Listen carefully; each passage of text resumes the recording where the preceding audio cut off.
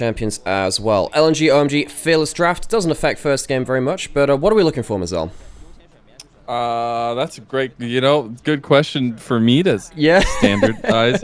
Yeah, thanks. No, I want to see some different stuff in the bot side. I want to see if Kaisa actually makes its way through it all for LNG, because I know there's been some rumblings of some builds going their way. The Varus, though, obviously banned away. I think we've seen serious strength around that pick and the Skarter as well, so OMG taking those off. But you have to think what you think you can grab long term, especially with Fearless. So the Jack's going to be banned away against Cube, one of his favorites as well. We'll see what first pick's going to look like now that some of the big OPs Tristana has made his way through somehow, some way. This pick has been, I don't want to say 100% pick ban because Fearless obviously gets a bit weird with that. I can't remember if it was played by both teams in a full best of 3, but this champion is so broken right now in mid lane.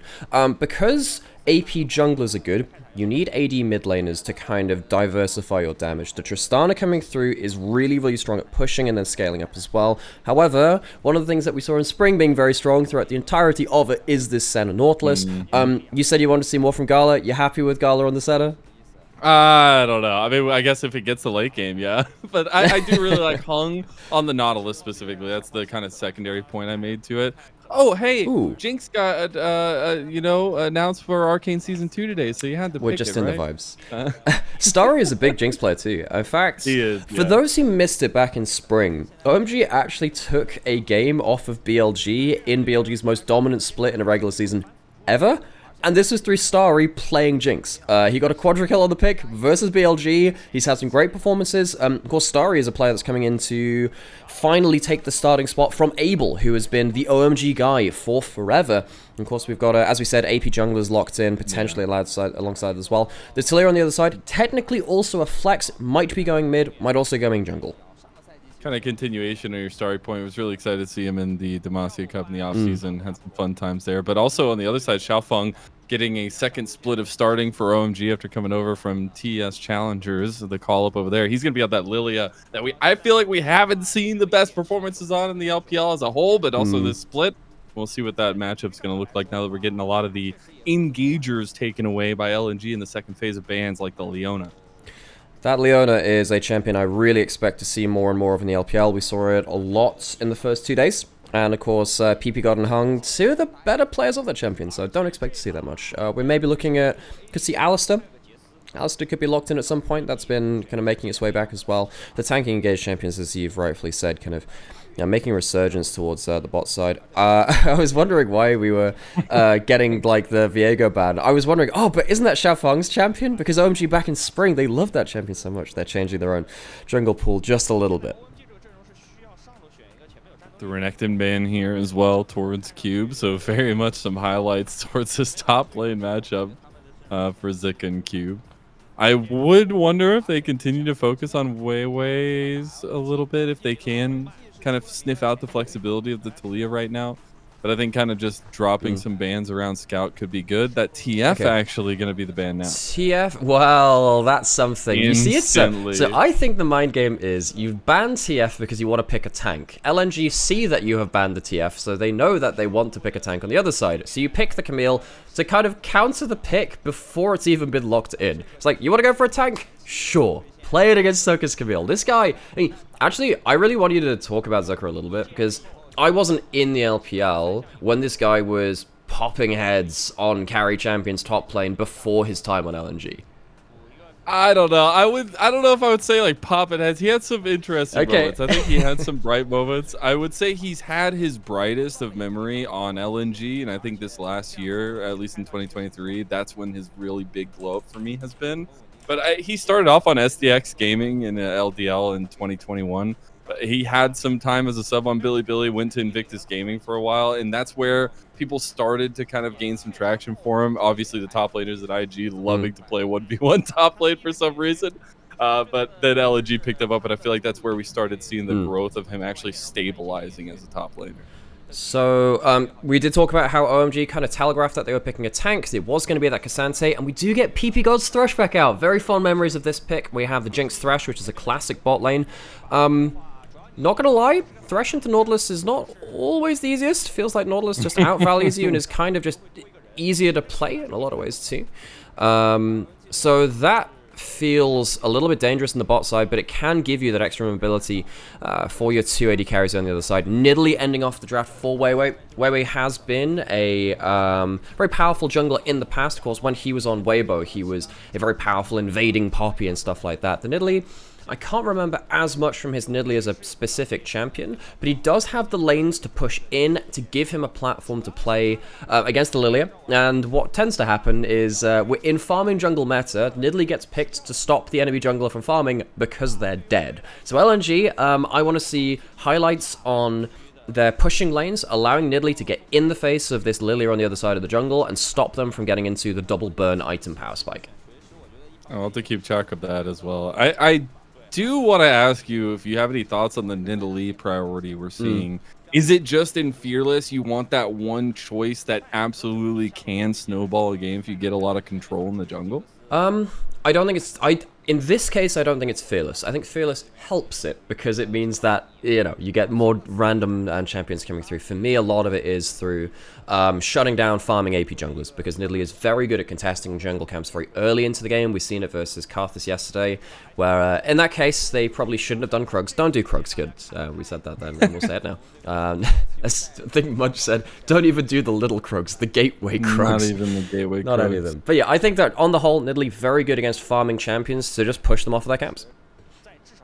All right, well, we're getting into game one now. Theme on both of the first days of LPL has been level 1s. This time around, maybe not. I think the late invades have been really interesting in the evolution of the game.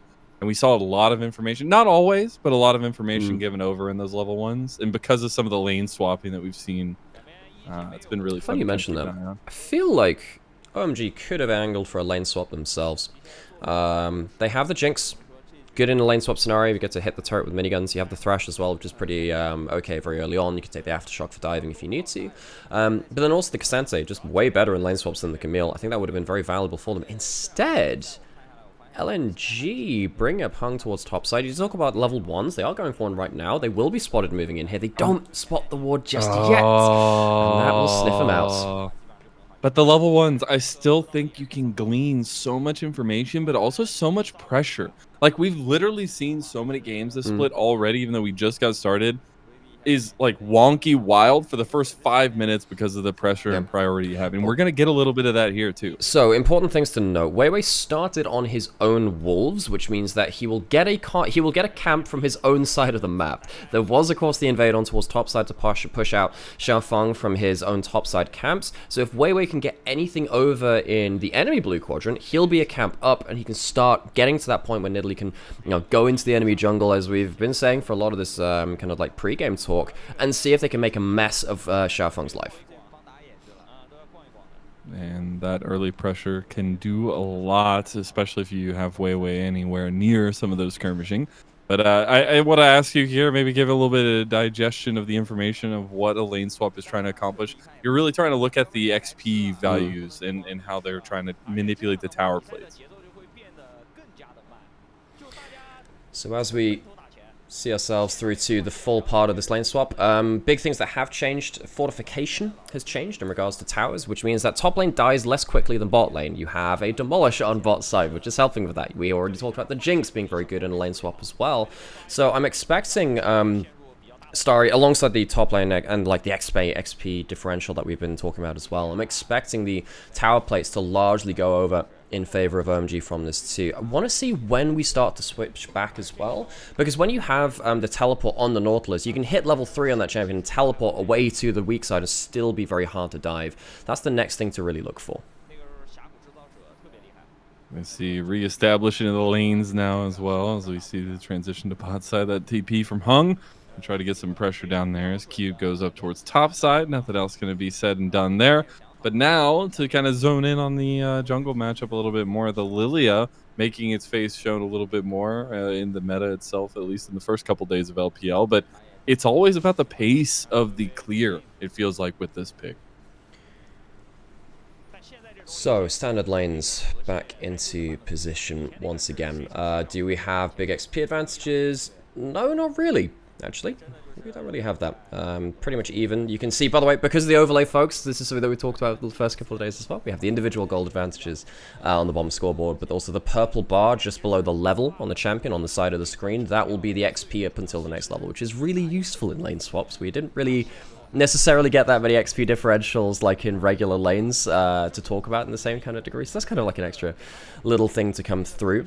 So yeah, that's kind of one thing from LNG. LNG, they initiated lane swap, but they didn't really get XP advantages in the way that you normally do when you'd like to initiate that.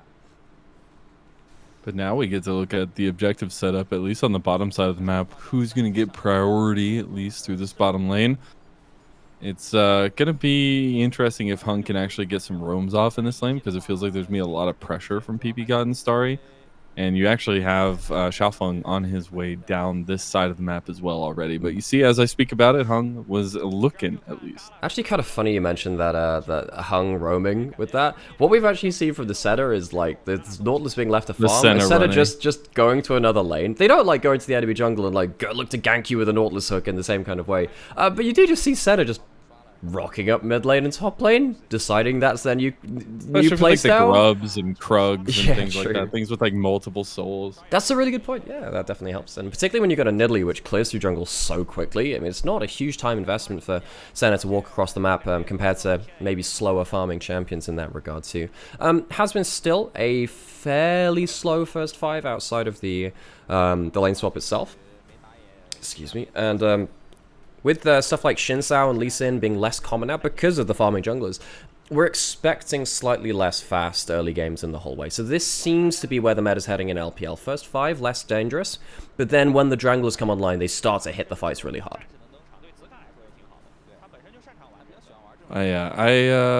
I do see now. Okay, I was going to ask if Weiwei's just going to start this one up since his bot lane had just reassumed bot lane pressure at least. They will be spotted out, though. Not much you can do about it from OMG's side except get the grubs on the other side. Are we going back to calling them the Telegrubbies? Oh, the Telegrubbies. Do we have any names for them? I feel like now that we've called them Telegrubbies for an entire split, we have to actually get names for each one of them. Yeah, I can't. I think as though there are too many. Because there's Tinky Winky Dipstick. Is that a thing? No, I don't know if Dipsy. No, it's Dipsy. Oh god, no, it's not that. Yeah, I don't know about that one. Yeah, it ain't that one. I was like, wait, which one's the bad one again? Yeah, there's Lala and Poe, but that's the thing. There are more. There are multiple.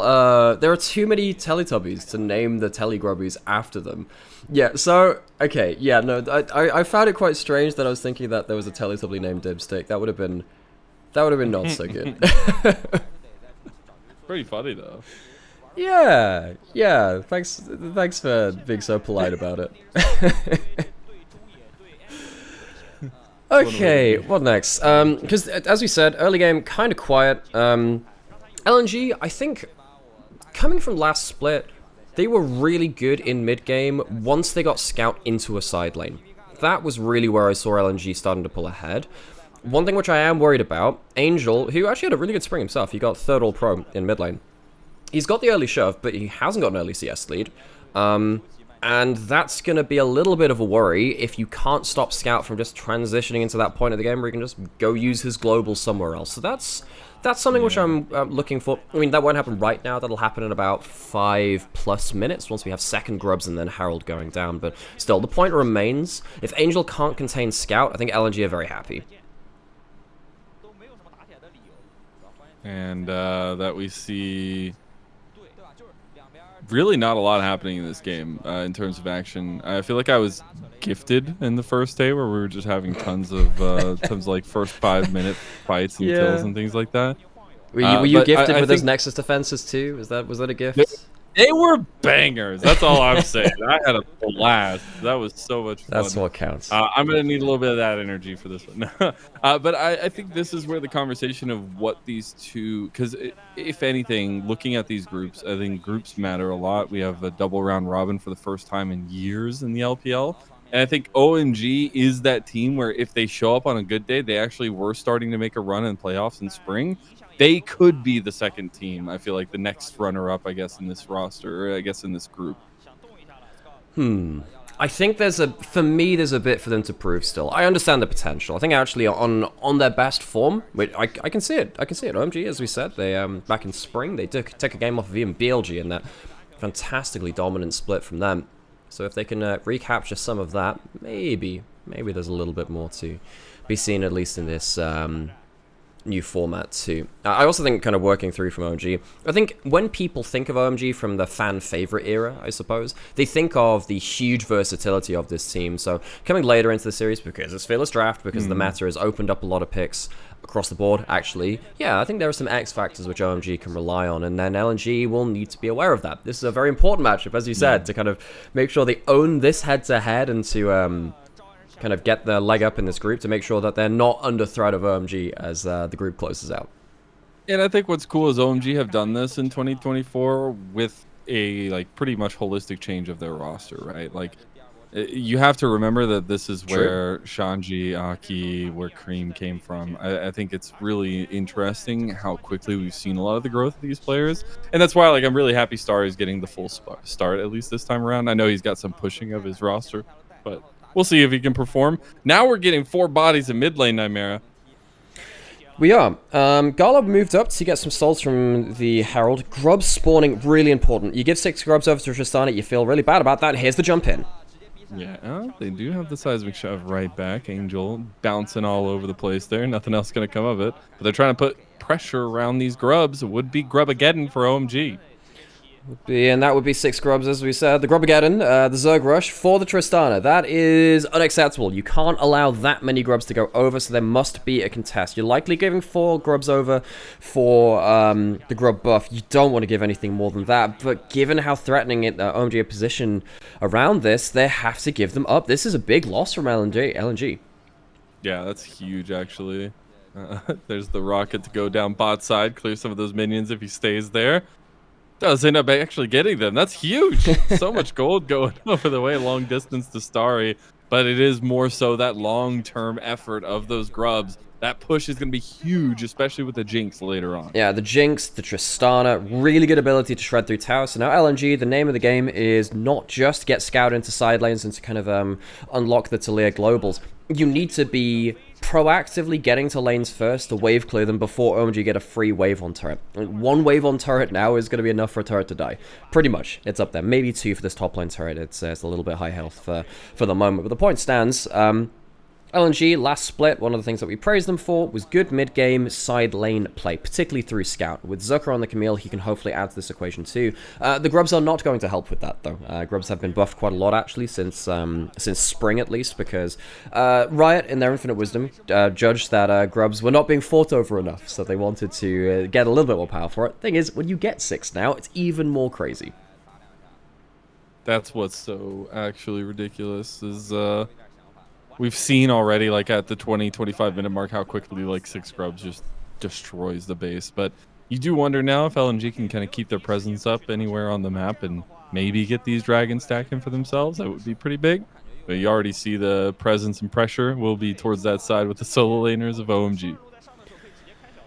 So, LNG, when do we make the big moves into side lanes? Herald spawning in a minute 30, dragon already up. If they get that second dragon, they can go towards 2 dragons and then kind of force OMG into trying to heavily contest the next few. Maybe LNG can get a big advantage through that. Of course, one of the big bonuses of Nidalee, Lilia, is that you kill objectives very, very quickly. We see the Blackfire Torch already built up for Xiaofeng. That's an important item for Lilia in terms of damage and in terms of clear speed. Teleport down towards the dragon. LNG really want this.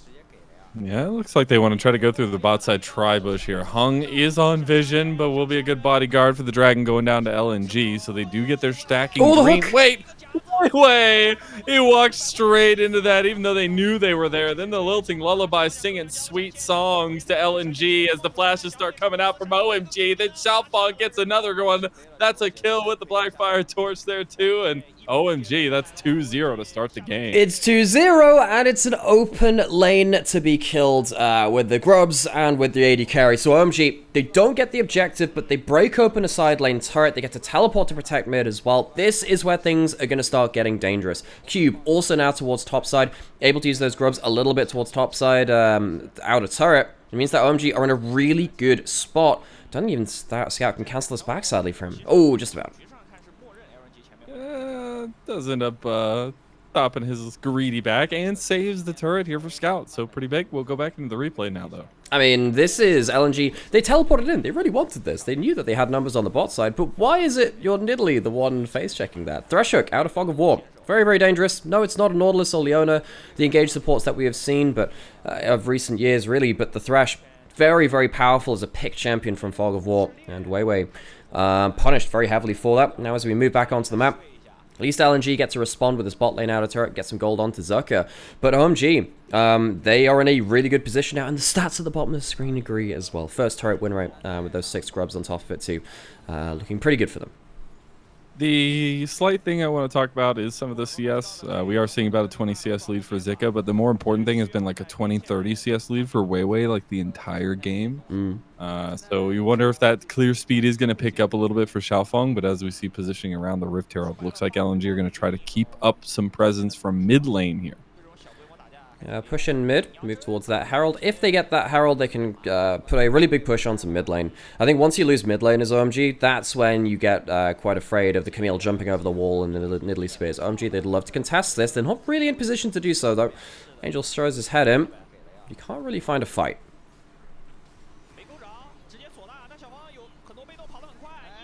Jump in from Zucker. That's the Hextech ultimatum. Fight no longer getting any kills, though. See that Scout gets that kill to Angel. Got him. You got the catch out there. Some good decision making from LNG is pretty huge, actually. Take over for just a sec. I gotta be RB. That makes a lot of sense. I'm like, wow, there's a fight. Mazel, what's happening? We pick it up halfway through. All the same, kill. Going over to LNG. They managed to pick off Angel. That's nice for them. And they have the Herald. So, big win for LNG. We said that the Herald was a good way for them to kind of break open the map and to get towards this mid lane outer turret. LNG, kind of their most confident part of the game, is coming up right now. It's when Scout is in this side lane. Zerka's in the side lane. You've got the global of the Talia, the very standard engage range. Speaking of that engage range, this is what happens with the Camille. Follows through that Tristana jump, even though it was buffered out of the stun. What happens after this point? It's the wall afterwards. That's what ends up happening. So Scout uses the Highway Express of the Weaver's Wall to get on top of his opposite number on the other side. Well played from them to get the fight and get the objective as well. Let's look down at the minimap. What's happening? Had resets come through. First items coming through. Big changes came through on this patch, by the way, if you haven't caught up with this one. Kraken Slayer no longer gives crit chance, but it does give you move speed, and the extra damage it gives you on the auto attack is just kind of on hit rather than on attack. Now, there's some weird stuff with it. It's a very good first item, even though it doesn't give you that crit chance as it did before. And you can see that both AD carries have been going towards that one. You'll also notice there's no lethal tempo anymore. That's a rune that's been removed from the game. Tristana wasn't really taking it anyway, but Jinx was a big proponent of that one. Gone for towards press the attack as well. So we're going to be tracking that as we go through for most of the summer. Big AD carry changes have led to a lot of the variety that we see in meta as we kind of learn what the new APs will be towards that bot side of the map. Zerka pushing in towards top side. Angel, no turrets taken towards bot side, and no teleport either, so LNG are happy to stick on top side and not respond quite just yet to this bot lane push. Instead, focusing on top side, maybe looking to see if they get themselves an angle onto Cube. Cube clears out the wave confidently, though, and then Scout teleports towards the bot side in good timing as well. So LNG using their timing window that they had very well, and once again, things kind of fizzle out a little bit. 17 minutes, only 3 kills on the board. Not the highest amount of kills just yet. We're sure that'll increase in due time. I think when we get towards the next dragon spawn, that'll be when things start to really heat up. LNG, in the meantime, though, do end up taking down that top lane outer turret. As we said, very, very powerful ability for them to use their globals and their engage range to kind of leverage off of these winning side lanes. Getting that lead towards Zucker can be very important as the game goes on, because I don't know if Cube can confidently stand up against the Camille after this point. Going now onto the inner turret, the roam over from Starry and PP God. Can you find that much, though? I don't think they've realized that there's this amount of people coming towards them. Pulled through almost onto the traps. I can't quite get that stun down. PP God flashing forwards, gets the CC, but once again, not getting the kill. OMG, some flashy moves, but no kills for them. They will at least secure the dragon on the bot side of the map, and LNG feels like they get away with a bit of a risky move there. Overstayed towards that push into the top side in a turret. Lucky for them to not give up any kills along the way. LNG now move back and they reset, defend their waves where they can. And They'll be wiping their foreheads a little bit of cleaner sweat. OMG, very, very close to blowing something out. Again, another thing we have to notice about this comp, we just saw it a little bit in the fight around the dragon, which happened just a few minutes ago. Hey, how's it going? Just saying that we saw a couple of minutes ago that OMG do have a bit of a reset comp as well. Very nearly got themselves a fight in the top side as LNG overstayed towards top side in it. Alright, we couldn't quite manage that one. And now LNG take themselves the last of the outer turrets. Yeah, I still think some of the like passive gold leads are still keeping LNG in a good spot. I will say the big lead for Starry is super scary with this composition, but it depends how you use it, I guess.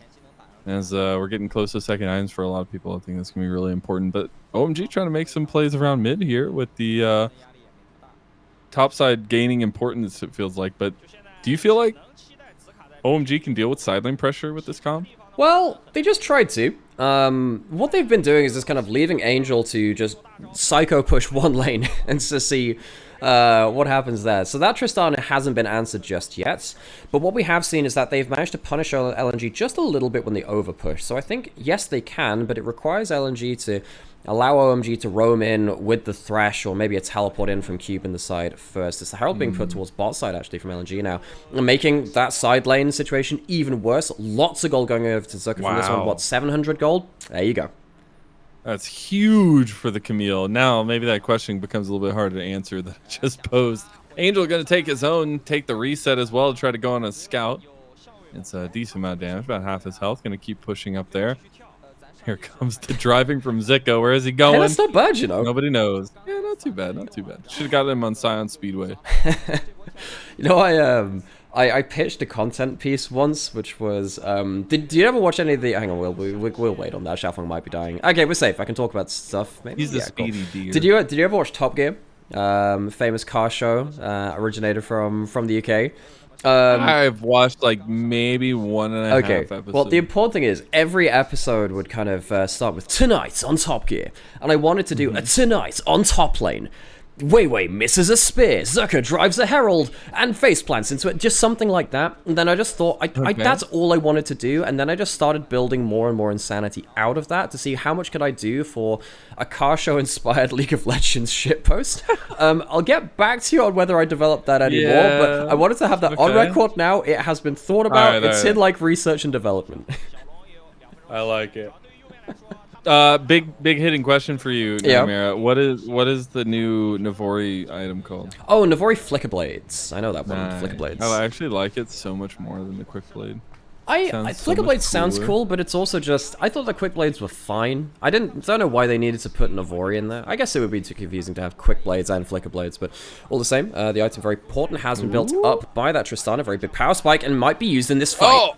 Zika with the flank. The Weaver's Wall just straight through the middle. Why not separate the seas as they get one? They'll try to continue on. Starry wasn't really able to get much in that fight, and that's some of the trouble you have with this composition is once your front line buckles down, LNG can just pick you apart. Yeah, that was a really good angle coming in from Zucker. Gets himself right into the right place, and Xiaofeng had to reset. Can't be here for the Baron contest. You're looking for Starry and Angel to pull out some huge damage somehow.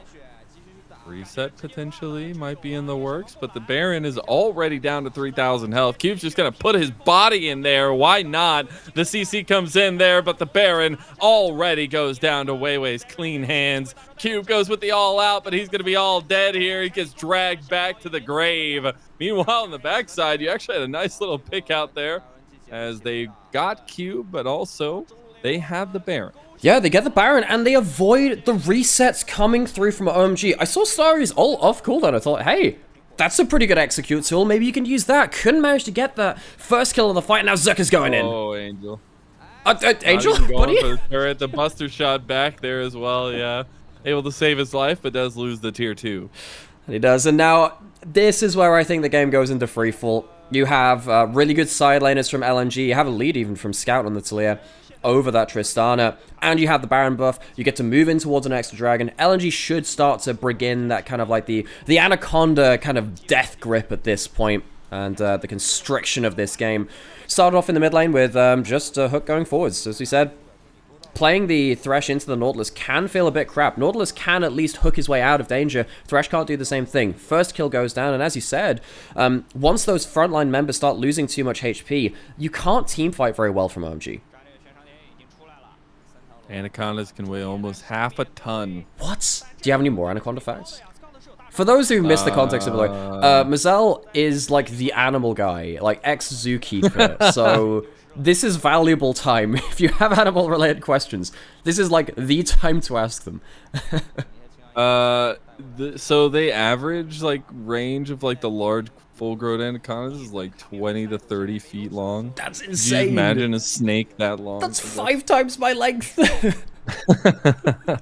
It's actually crazy. LNG are looking like a pretty big anaconda right now, though. They're squeezing the life out of OMG. They've somehow gotten the big hook there, and all of a sudden, you blink, and Starry is gone. Your big carry, all your damage. That's a big lilting lullaby, though, on a couple squishy members. Night Death sentence 2. Dawning Shadow saves his life, though. Angel jumps in. Zika looking for the hook. Quick shot, but he can't do it. Now the triple knockback sends Cube back to his death.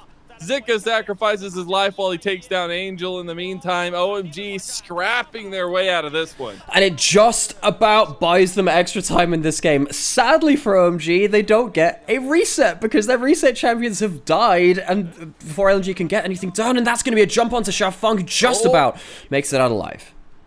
Got the dark passage there. Easy peasy with those 4 legs bouncing like that. Makes it quick and easy. Now, I think the way that this started was a little zealous by LNG, but they got the crazy hook on Starry. This is the thing, like, the hook on the Starry is so nasty. The fact that this E hits, this is what ends up losing the fight in the back end of it for LNG. Huge ultimate coming through from Xiaofeng, which kind of gets a big amount of damage onto the double carries. Cassante things happen in short order as well, gets onto the backline and gets some value done. So it makes it into an even fight. It's still just a 3-for-3. OMG don't even get to walk away with a truly won fight. But given that they are against the Baron buff of LNG, that's a big win in a strategic sense. Double ADC style of OMG, maybe starting to gain a little bit of steam there once they hit their 3rd items, but it's all about how they enter the fights and get away from a Zika who's going to be hunting them down. So many spacing tools available for LNG as they enter these fights. Got a question from chat. If you could make a Vestayan champion out of any animal, what would you make it? Ooh. I think that's pretty good. I mean, I have the Fox one already. That's I'm happy hard. with that one. That's hard. I got to think about it a little bit. Teleporting from Scout. You know what? Animal questions, they come later. Now comes the fight. Oh, Scout actually separates off Cube. He's going to take so much damage from that. Cassante can't do Cassante things. PP God hits that death sentence onto Zika, but maybe didn't want to. And Starry going to slow them down on their advance, but I don't think there's anything stopping this Anaconda from wrapping around the throat of OMG. No, and it feels like at this point, with the front line down, how do you structure your fights? You mentioned it earlier, Mazel. Once the front line takes damage, how do you stand and fight? The answer is with great difficulty. No Baron buff, though. No Dragon up means that LNG don't have a big kind of objective to go towards or ability to push in with the extra minion kind of safety on that front. So LNG, they're not actually going to get a huge immediate value out of this besides some stolen jungle camps and some wave pushing. But it does feel like the tide has definitely turned in their favor. They have about 1 minute and 10 seconds for a Dragon. Would be a Mountain Soul for them. He also just got a 3rd item, Sterix Gauge for Zika. A 3rd item, Void Staff for Weiwei. And 2 sticks about to make a hat there for Scout. So we got all that completed right before these fights kick off. And OMG, they're staring down the barrel of a very tough fight. So that's how we haven't talked about items for a little while. I don't think. Well, you talked a little bit about the stacks coming in from Zaka. Huge items across the board now. And the Rabadons, oh my god, yeah, you did. I was just like, wow, we haven't talked about items. I'm like, I was looking around. You know, sometimes you just like. It's you a caster friend that listens to you, okay, chat? So we haven't talked about items for a bit. Anyway, as you said, those item breakpoints absolutely huge. We've potentially got another fight. We've seen this so many times from LNG now. Wait for OMG to group up in the mid lane, punish them as they come through with these items that we haven't talked about. There are some new ones. Do you want to talk about OMGs? No, yeah. I want to talk about other things so I can forget about this. See if Zucker can get himself in on the fight. All right, Cube gonna get locked down there, but at least the damage a little bit dissuaded by Hung's tankiness. Zika really wants to find an entrance on the other side. I don't think Hung can find a necessary dredge line there, but all they want is this positioning around the dragon. LNG are going to send 2 members over there, be able to burn it down while they keep pressure on OMG, who are looking to start the Baron. And the thing is, even though OMG are going towards the Baron, the players which are taking the dragon have globals. There's the Teleral and there's the teleport. They'll kill this and they'll arrive quickly. Here comes the TP. Where's the ult next? Let's see if LNG can have their cake and eat it too. The knockback not going to be there. Zika over the wall. Cube dragged down, but look at Zika who makes it happen. The guy we said it had to glow up in 2023, well, he's looking to glow up in 2024 as well. What a play from LNG. They snapped the head off of OMG, and that Anaconda's eating real good tonight, Nymaera. Yeah, there's no breath left in the constricted lungs of OMG. LNG, it takes them a little while to finish off the game, but it's still a confident close out. They win through the side lanes, they give themselves pockets to flank this mid lane, and OMG just could not stand up in the fight. Completely gone, and game 1 goes to LNG, even though OMG had so much strength for so long. Looks like LNG is just a little bit tougher to take down than that. It wasn't the crazy Gala game I wanted, but it was the sustainable Gala game that I got. Yeah, and I think as a team, no, just LNG kind of not dissimilar to Team WE that we saw yesterday as well, for those that were watching their series versus Orange.